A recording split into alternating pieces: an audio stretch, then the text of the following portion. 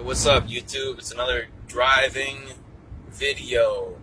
A video where I talk about things while I'm driving. So today on the radio, I heard about the opioid epidemic here in the United States and how it's disproportionately affecting men, and suicide and depression also disproportionately affecting men. I heard a lot of talk about the symptoms of what the problem is here. You know, they were talking about depression. They were talking about how addiction is such a horrible thing, and I agree, but I didn't hear any real talk about why men are disproportionately affected so much more than women. And I know why they are, and I know a lot of people won't accept the reasons why. So it starts off extremely early in childhood, of course. Most men in this country are strapped down and traumatized, sexually traumatized in a genital mutilation surgery, as they call it. So most men live their entire life with sexual trauma. Then men are not allowed to talk about their trauma, and if they try to, they will be seen as weak. They will be seen as complainers. They will be told that nobody else is complaining. They'll be told all these gaslighting and invalidating things if they try to talk about it. So most men just shovel it off to somewhere else and don't think about it. And this means that all that anger that comes with being violated, with being completely out of control of yourself, reduced, traumatized, and all that depression, all the anxiety, any negative feelings they're having about it are never connected with that trauma.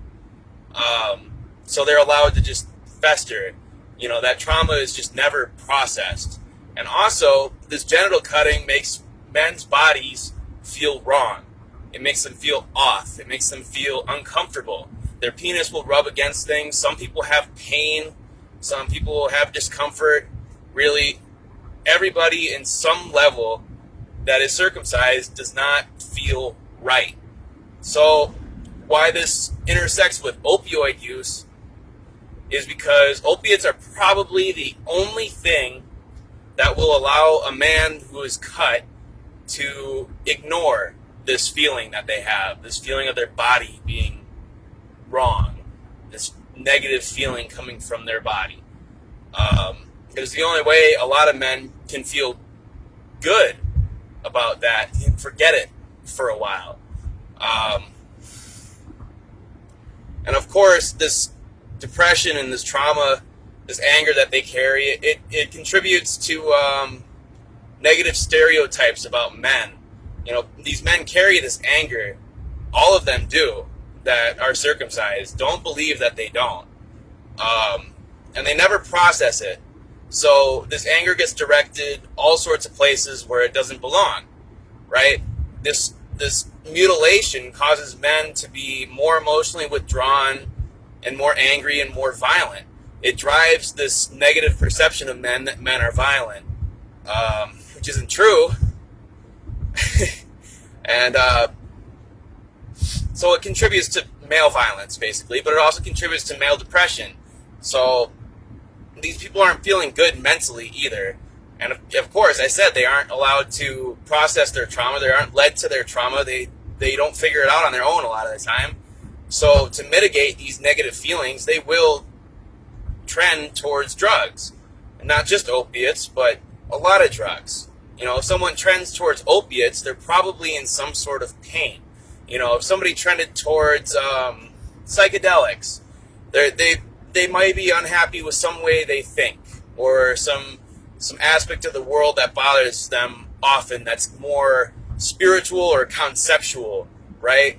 If someone trends towards weed, maybe that's a PTSD thing or something like that, you know, since weed is good for that. If they trend towards alcohol, that's, you know, they're trying to numb themselves in a similar way with opiates. They don't feel good. They want to block out all these negative feelings they have.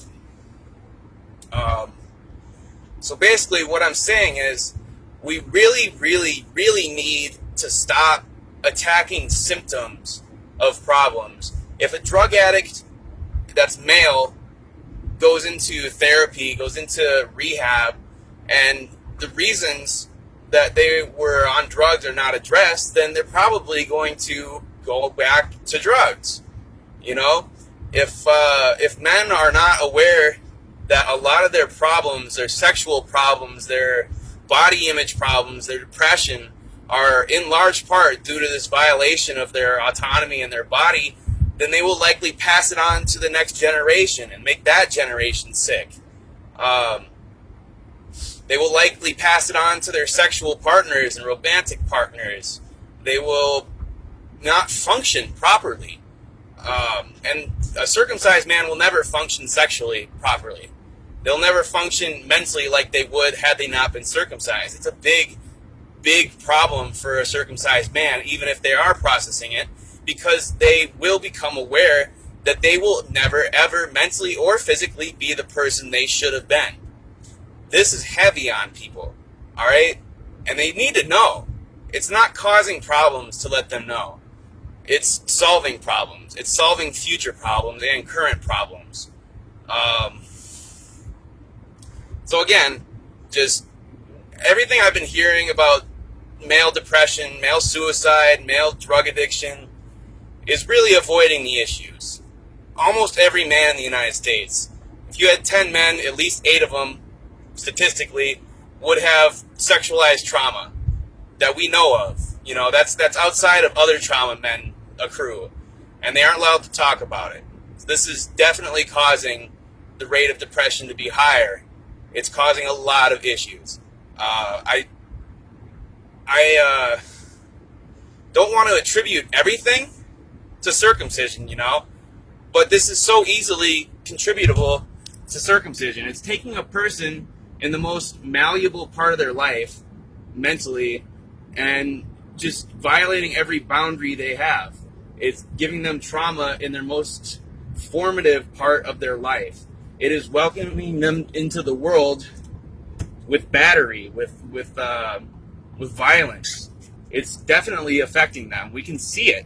We can see it in our population. We can see it in our sick men. We can see it in our withdrawn men. We can see it in our violent men. I don't know why people would deny this. And again, I say I don't want to attribute everything to circumcision, but it is such a massive issue that men face that if we're talking about an issue of men, whether it be men being violent, men being withdrawn, men being poor, men being dysfunctional, men being prone to suicide, we have to consider this. Trauma is the biggest indicator of depression and anxiety and drug addiction, all these things. So when I see people talking about the opioid pandemic, and they don't talk about this, when I see people talk about male suicide and male depression and they don't talk about this, all I feel is that they have failed me. They have failed all these men when they don't publicize why more men are having these issues. And then a lot of the time they turn around and act like men have it better than other people, which I don't understand that either. Men have it much worse in this country. You cannot find a random group of 10 women where 8 of them at least have been mutilated and raped. You cannot. You cannot show me statistics on suicide that show more women committing suicide than men. You cannot show me statistics on mental health that show women are doing worse than men. All right?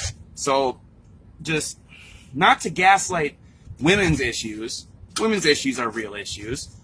But stop gaslighting male issues. Stop blaming these men that have been raped, that have been mutilated, that have problems because of it.